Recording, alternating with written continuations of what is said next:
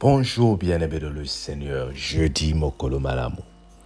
Nous nous réveillons par la grâce du Seigneur et nous disons Dieu est bon. Nous prenons pour ce jeudi le psaume 91, un psaume que nous connaissons, un psaume que nous aimons et que nous utilisons beaucoup dans les moments de prière et de préparation. Lisons au nom du Seigneur. Dis avec moi, j'ai ma Bible. Celui qui demeure sous l'abri du haut repose, du Très-Haut repose à l'ombre du Tout-Puissant. Je dis à l'Éternel, mon refuge et ma forteresse, mon Dieu en qui je me confie, car c'est lui qui te délivre du filet de l'oiseleur, de la pêche et des ravages. Il te couvrira de ses plumes et tu trouveras un refuge sous ses ailes. Sa fidélité est un bouclier et une cuirasse. Tu ne craindras ni terreur de la nuit, ni la flèche qui vole le jour, ni la peste qui marche dans les ténèbres, ni la contagion qui frappe en plein midi. Que 1000 tombent à ton côté et 10 000 à ta droite, tu ne seras pas atteint. De tes yeux seulement, tu regarderas et tu verras la retribution des méchants. Car tu es mon refuge, ô Éternel. Tu fais du Très-Haut ta retraite. Aucun malheur ne t'arrivera, aucun fléau n'approchera ta tente. Dis avec moi, Amen. Nous avons lu les versets 1 à 10 du psaume 91, un très bon psaume. Celui qui demeure sous l'abri du Très-Haut. Vous savez, l'histoire, ce n'est pas d'avoir des problèmes. L'histoire, ce n'est pas d'avoir une maladie ou des situations qui nous compliquent. L'histoire, c'est rester constamment sous l'abri du Très-Haut. Nous voyons quand il y a, par exemple, un parapluie qui est ouvert, lorsqu'il pleut, l'eau tombe, mais la personne qui est sous le parapluie est protégée. Nous voyons comment une poule protège ses poussins. Nous voyons comment une maison peut nous protéger lorsqu'il pleut, alors que ceux qui sont dehors sont en train d'être mouillés.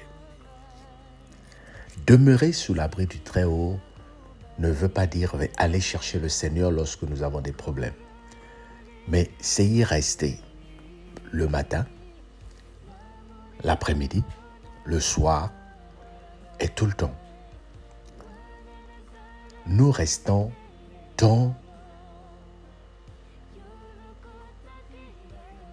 sous la protection de notre Dieu. Nous nous souvenons du disciples lorsqu'ils étaient dans la pirogue avec le Seigneur. Et pourtant le Seigneur était endormi et la tempête est arrivée. L'eau a commencé à rentrer dans la pirogue. Ils ont réveillé le Seigneur pour dire, ne vois-tu pas que nous sommes en train de périr? Ils n'ont pas péri. Ils ont juste réveillé le Seigneur. Et le Seigneur a grondé la tempête et la tempête s'est calmée. Les disciples ont compris que nous avons quelqu'un qui demeurait avec nous. Ô bien-aimé, Jésus était là, mais la tempête n'a pas pu empêcher de les secouer.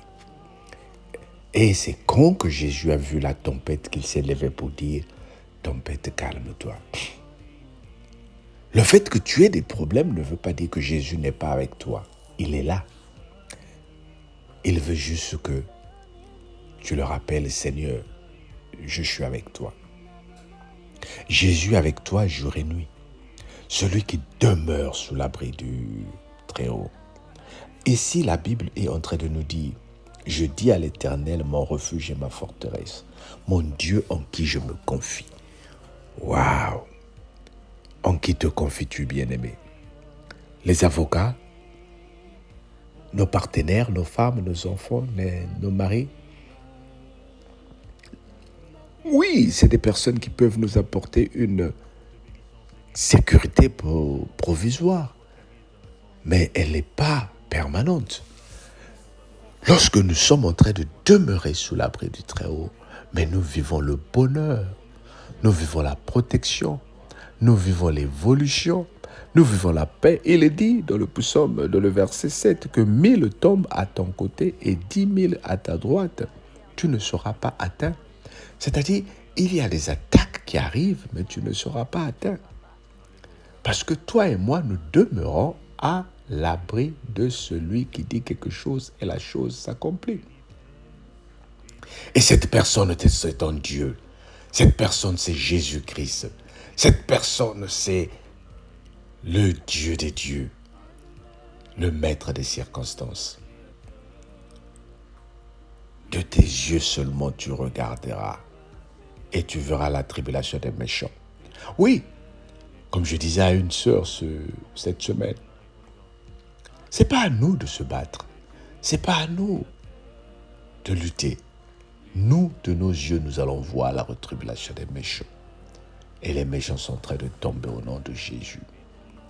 Bien-aimé, que le Seigneur nous ouvre les voies, que le Seigneur nous ouvre les yeux pour voir comment il te protège. Dis avec moi, Seigneur, que toutes les tribulations que j'ai vues et que je n'ai pas vues dans l'esprit continuent à tomber à mes côtés. Parce que tu es avec moi, Seigneur. Le Seigneur te protège, le Seigneur me protège. Que le Seigneur te bénisse. Amen. Père éternel, merci pour cette journée que tu nous as donnée. Merci pour ce jeudi. Merci pour la personne qui m'a écouté. Bénis-la. Et Seigneur, s'il y a une personne qui m'entend ce matin, qui traverse des moments où il y a des défis dans sa vie, oh Seigneur, tu as dit, tu nous donneras la victoire. Donne à cette personne la victoire. Dans le nom de Jésus, notre Seigneur et Sauveur. Amen. Mais que le Seigneur te bénisse. Fais la prière le matin en disant, Seigneur, que 1000 tombent à ma gauche, 10 000 à ma droite, que je ne sois pas atteint au nom de Jésus. Fais cette prière toute la journée. Que le Seigneur te bénisse. Bye bye. Passe une bonne journée. Amen.